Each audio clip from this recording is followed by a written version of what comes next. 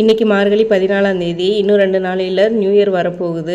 எல்லாருமே நியூ இயருக்கு வந்து ரெசல்யூஷன் எடுப்பாங்க. நான் வந்து ரொம்ப வருஷமாக ஒரே ரெசல்யூஷன் தான். அதை என்னன்னு கேட்டிங்கன்னா, எந்த ரெசல்யூஷனுமே எடுக்காமல் இருக்கிறது தான் அந்த ரெசல்யூஷன். என்னை மாதிரி நிறைய பேர் இருப்பீங்க. அதனால் நீ எதுவுமே பண்ணலையா, எதுவுமே செய்யலை அப்படின்னு கேட்குறவங்களுக்கு நம்ம சொல்லிக்கலாம், எனக்கும் ஒரு ரெசல்யூஷன் இருக்குது அப்படின்னு சொல்லிட்டு.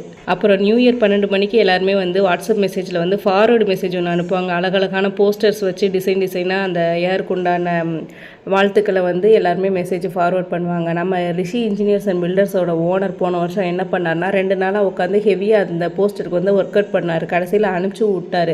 என்னாச்சுன்னு பார்த்தீங்கன்னா, மண்டமேல இருந்த கொண்டை மறந்த கதையாக அந்த 2023 டு 2024 வருஷத்தை மாற்றாமல் அப்படியே அனுப்பிச்சி விட்டுட்டாங்க. நியூ இயர்னு சொன்னாவே அந்த நியூஸ் தான் நம்மளுக்கு வர்ற மாதிரி. ஒருத்தர் 2 பேருக்கு இல்லை, ஒரு 200 பேருக்கு அந்த மாதிரி அனுப்பிச்சி விட்டுட்டாங்க. ஆனால் யாருமே அந்த மிஸ்டேக்கை வந்து நோட் பண்ணவே கிடையாது. இதில் வந்து என்ன தெரியுதுன்னா, ஃபார்வர்ட் மெசேஜை யாருமே சரியாக பார்க்க கூட மாட்டாங்க.